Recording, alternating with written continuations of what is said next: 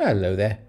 We're in Carcassonne in southwest France again today, exploring the medieval city, something which has existed for 800 years and remains largely intact, an incredibly drawable, romantic place, full of appeal and intrigue. There's history here, lots of it. We're walking around the city walls, exploring what looks like a very intact medieval fort with an inner and an outer wall. And as we look up, we'll see some of the defensive towers are different shapes. Some of them are actually from an earlier period, the Roman period. So we're going back more than 1,500 years ago. Managed to find ourselves some shade from a bush on an incredibly hot day. And I do apologise because it does create this rather annoying dappled light effect on the paper. It was annoying for me, I'm sure it's annoying for you too. So we've started by choosing our paper colour, and obviously we're going to go for this brown because it feels like a brown view day.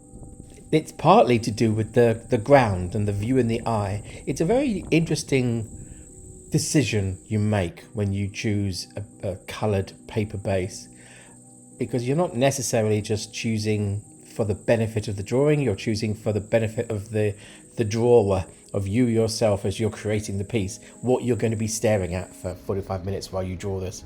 It's quite a fun choice. Now, we've started this drawing differently than we've done many others, in that we're going in with white rather than black. And this is something I think we're going to explore a bit more because it's kind of fun. Instead of doing the typical line and wash process where you put down a pencil structure, you throw down a whole load of black ink lines, and then you colour with watercolour or pen.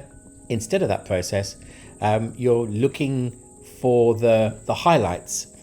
And of course, the risk, I suppose, is you end up just changing the black ink for a white ink, and I think I did that a bit here. But it's just kind of, there's a joy to it. You suddenly realise there's a lightness, quite literally, but also metaphorically in the drawing. And it's also very useful when you have distance like this. You can see that in the drawing that we end up here, the distant Roman turrets, the ones I wanted to really make the focus of this drawing, they maintain this kind of light touch. I don't put much in the way of dark line work around them, and I sort of halo them and surround them with the blue, so that they really do sort of become something that you look towards on the horizon. You look past this round tower in the foreground of the outer wall. Always time for a happy sky. Now, I intended this to be a relatively quick sketch, just as kind of capturing the flavour of these medieval fortifications and these towers.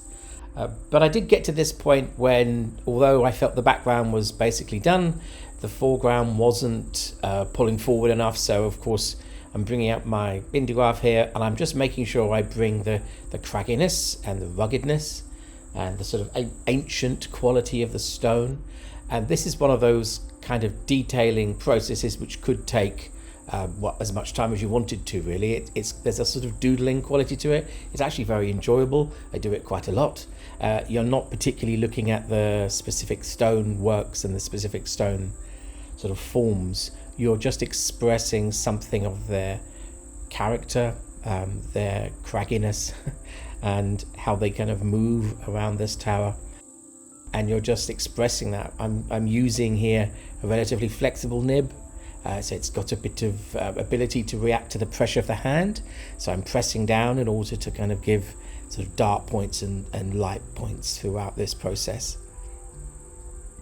This is really the primary benefit of using a fountain pen over a sort of fibre point pen. A fountain point can express more variation of line and basically therefore character of line, because it's you bringing your personality through in the way that ink is pushed onto the paper by this splaying nib. Now I'm just here back on the Derwent Intense, just adding a few lightness touches. Again, I wanted this tower in the foreground to put forward, but not dominantly. It's a difficult thing to explain, really, that sense of the balance between background and foreground. But I felt as if a little bit of the blue, the light blue color I could bring through with the brush would be more gentle than that I could do with an acrylic pen. These foreground lines are a little trick. They're quite useful.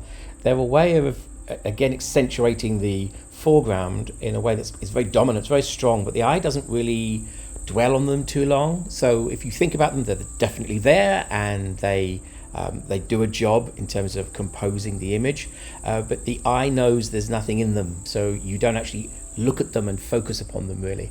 They just frame the drawing above and kind of lead the eye to it. And now we're into that detail stage, that little fiddle just towards the end, just making sure the drawing feels finished.